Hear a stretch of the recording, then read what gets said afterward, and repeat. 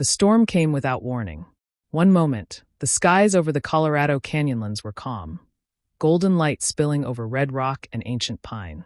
The next, black clouds rolled in like a tidal wave, and the heavens split open with rain that felt like grief pouring from the sky. Flash flood warnings blared across local alerts. Hikers scrambled for high ground. Riverbeds, once bone-dry, transformed into raging torrents. Among those caught in nature's fury was a lone hiker named Daniel Pierce. Daniel wasn't supposed to be there that day. He had taken the trail to escape. The pressure of work, the echo of recent heartbreak, the noise of a world that didn't seem to pause. With nothing but his gear and silence, he hoped to find a little peace. But the storm had other plans. As water surged around him, Daniel fought to stay above ground, gripping a rocky ledge just feet above a newly formed river. Trees snapped. Debris flew. And then he heard it. A sound that didn't belong. Not the roar of water. Not the crack of thunder. A voice. Faint. Desperate. Crying. Daniel's head whipped around. He couldn't see anything through the sheets of rain, but the voice was real. Someone was out there. He shouted. Hello. Who's there? No answer. Just another sob, clearer now. Not just fear in the cry. Agony. Without thinking, Daniel dropped down into the edge of the rushing current, boots slipping on slick rock, and pushed toward the sound. Branches whipped at his face. Mud pulled at his legs. But he pressed forward, heart pounding with something deeper than fear. Finally, through the curtain of rain, he saw her.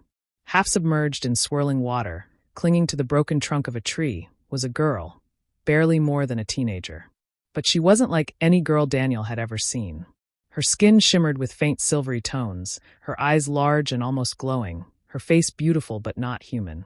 Her long black hair floated behind her in the flood like a banner.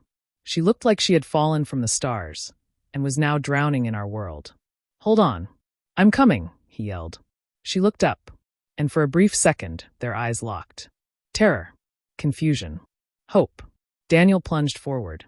A surge knocked him sideways, but he scrambled to his feet and lunged for the girl, wrapping an arm around her waist just as the tree she held cracked loose. I've got you, he grunted, fighting to keep them both afloat. She didn't speak, but she didn't resist. And as Daniel pulled her toward the safety of the rocks, she clung to him like he was the last solid thing in the universe. Together, they collapsed on a ledge above the flood line, gasping. Daniel looked down at her trembling form, still holding tightly to his jacket. You okay? Can you talk? No answer. Just a soft whimper. Daniel reached into his pack, pulled out a space blanket, and wrapped it around her. As he did, he saw something else. Under the shredded remnants of what looked like a strange metallic suit, her body bore no scars. No wounds. Just perfect, flawless skin that radiated with a soft luminescence. She looked up at him again, and slowly she spoke. But not in English. The words were melodic, strange, yet somehow carried emotion he could feel in his bones.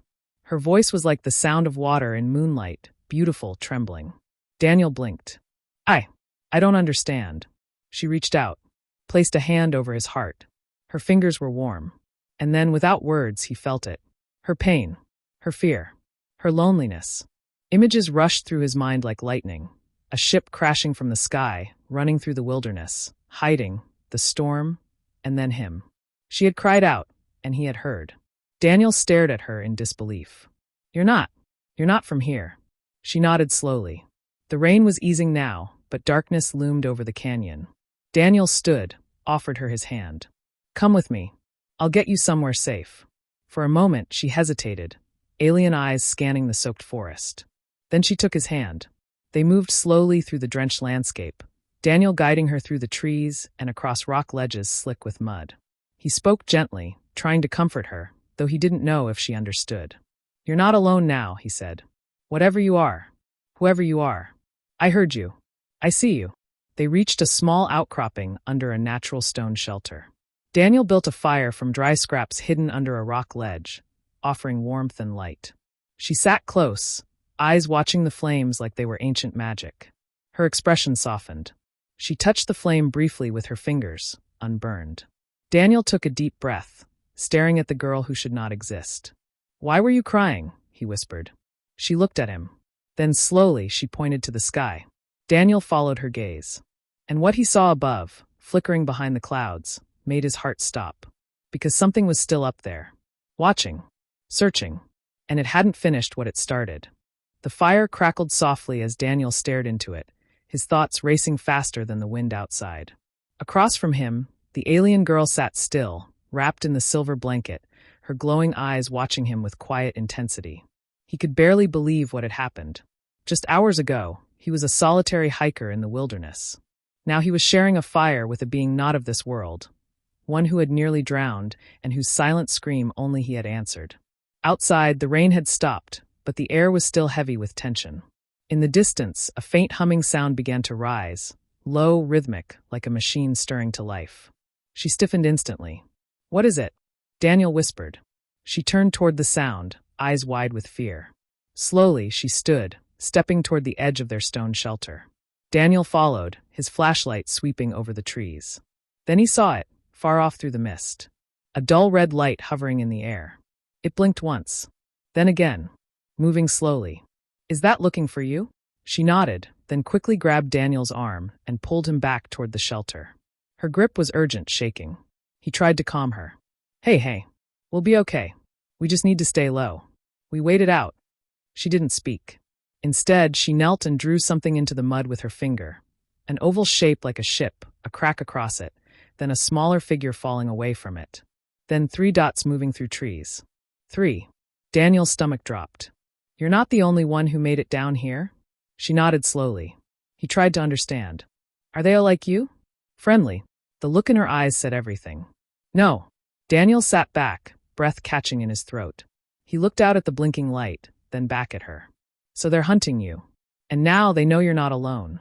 She said nothing, only moved closer to him. Close enough that he could feel the warmth radiating from her skin. In the flicker of the firelight, she placed her hand on the ground, and a soft pulse of blue light spread from her palm, circling the cave floor like a ripple. Daniel gasped. "What are you doing?" Her voice came at last. Soft, clear, fragile, safe for now. It was the first time he had understood her in English. Not through visions or touch, but her actual voice. "You speak." She nodded. "Learning. From you." He blinked. "What's your name?" She paused, thinking. "Elira." Daniel repeated it softly. "Elira." A silence fell between them, weighted but not heavy. It felt strange, surreal. And yet, Daniel felt no fear. Only responsibility. Protection.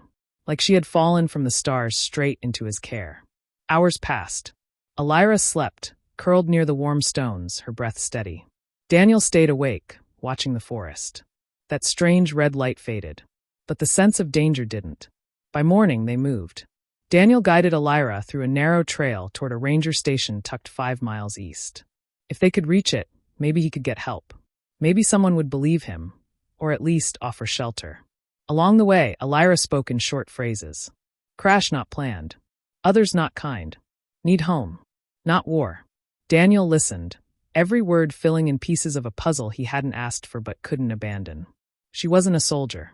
She wasn't here to harm. She was a refugee. Midway through their hike, the forest thickened. That's when the attack came. A sharp, high-pitched hum erupted around them. Elira screamed.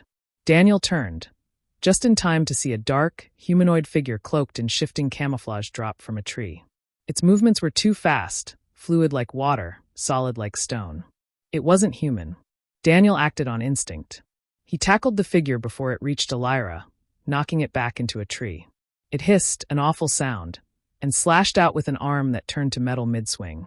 Pain exploded in Daniel's side as claws raked his ribs. He rolled away, gasping. Elira raised both hands. Her palms glowed bright blue. A pulse of energy burst from her chest, slamming the creature backward.